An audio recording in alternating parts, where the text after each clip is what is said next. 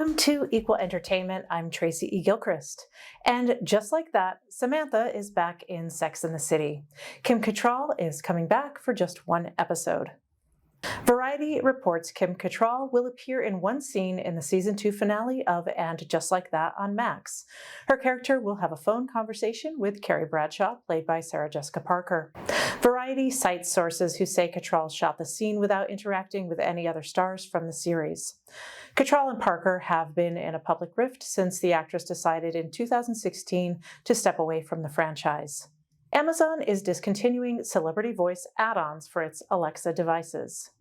The catalog included Melissa McCarthy, Samuel L. Jackson, and NBA legend Shaquille O'Neal.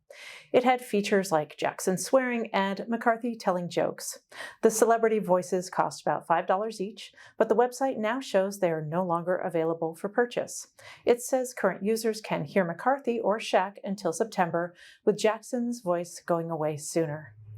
Gendercool is a group of trans and non-binary youth who are empowering other trans youth by providing support and resources. Gendercool works alongside a team of teen leaders called the Champions. Now they are teaming up with ABC for an episode in the Our America series called Who I'm Meant to Be. In this episode, journalist Gio Benitez explores what it's like to be a young trans person in the USA today. I spoke with Gendercool champion Eve about being a leader in her community and building bridges for trans and non-binary youth. So could you share with me a little bit about Gendercool and what you do as a champion? Of course, yeah. So Gendercool was founded by the amazing Gross Handler family. I'm friends with their daughter, Chazzy, and it was founded in 2018. It's essentially a youth storytelling project trying to replace and create new opinions on trans youth, especially trans youth in the workforce, like how the workforce can be safer for our next generation that, we're growing up, we're going to go to college, then we're going to go off to do all of our amazing passions in all the different fields that we're interested in. When you go into some of these places and talk to folks who maybe they think they don't know trans people, or they just maybe have different ideas, what are some of the responses to the things that you're doing that surprise you in a good way? Yeah, of course. A lot of people that I've spoken with, whether it be crew that's helping us or people that we're speaking to, or in email chains with planning different events, they've never met a trans person before, whether that be a trans adult or a trans teenager. And to me, it's not really a big deal because I'm a trans person. So I meet one every day when I go to the bathroom and brush my teeth. But to these people, a lot of the times these misinformed opinions are based on not knowing. And the fact that just being able to meet those people, they know a trans person and they can see that we're the same as them, we're the same as their siblings, brothers and sisters and coworkers. And it's just really amazing. Gendercool is doing something really cool for Pride Month, and there's a special coming out. And I wonder if you would talk a little bit about participating in that special and what that was like and what you hope, or what you think people might take away from it. Me and 5 other Gendercool champions, we flew down to New York a few months ago to film this amazing special. I think it'll be 1 hour long in runtime, with Gio Benitez, who I believe just became the weekend anchor or co-anchor for Good Morning America, which is really great. You can see on the weekend news. And we essentially had like a conversation with him, all 6 of us plus him, so all 7 of us technically. We had a great conversation about being trans, what it means to be trans in this country, things going on in this country. Gio, he was amazing to speak with. He's a great guy.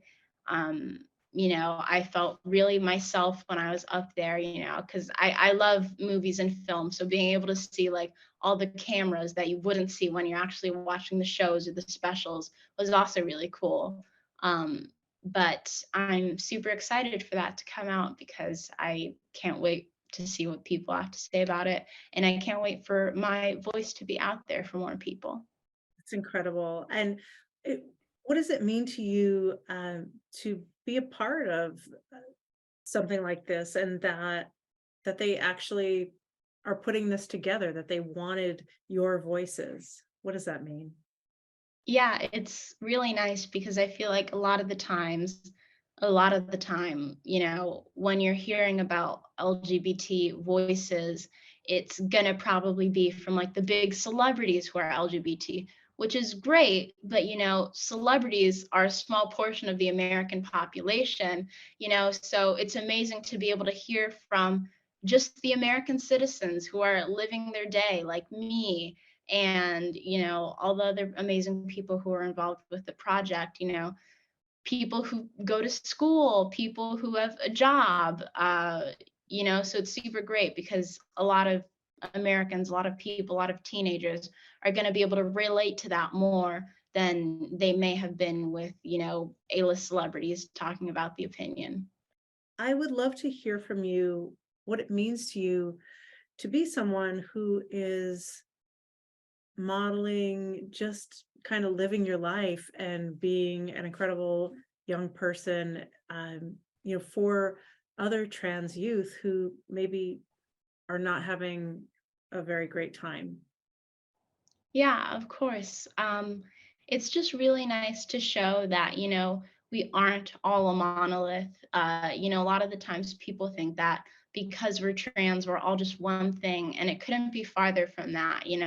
When I'm on stage at Gendercool or on Zoom calls or meetings or text chains or whatever, you see all of us next to each other, and you really see how different we are. We're just people living our lives, and also other trans people, other trans teenagers who might not be out yet or just, don't really want to be public about it.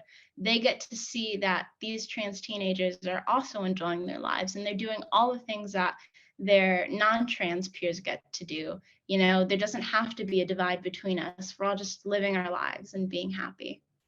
We're all your neighbors. We're all people that there might be people who you don't know are trans, people who don't know themselves that they're trans.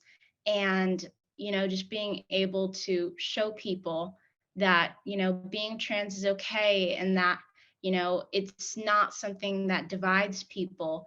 It's just a little factoid about us. And honestly, it's probably the least interesting thing about us. Some of my friends who are trans are people who are part of Gendercool. They can do like really amazing things. Some of them are gymnasts. Some of them are really good at writing. There's so many other more interesting things about us, and we're not all the same. Yeah.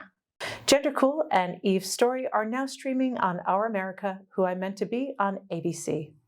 That 70s show actor, Danny Masterson, has been found guilty of 2 counts of rape. Masterson had pleaded not guilty to raping 3 women between 2001 and 2003. The jury was hung on the 3rd count. He faces 30 years to life in prison when he is sentenced. Masterson is known for his roles on That 70s Show and The Ranch. Beloved actor John Beasley has died. Beasley was known for his roles in hit TV shows and movies. He played a school bus driver on the series Everwood. He also portrayed Cedric the Entertainer's father in The Soul Man. He had notable roles in Rudy and The Apostle. In his hometown of Omaha, Nebraska, he ran the John Beasley Theater and Workshop for over a decade. John Beasley was 79 years old. That's all the time we have for today. I'm Tracy E. Gilchrist, and that's what's happening in entertainment.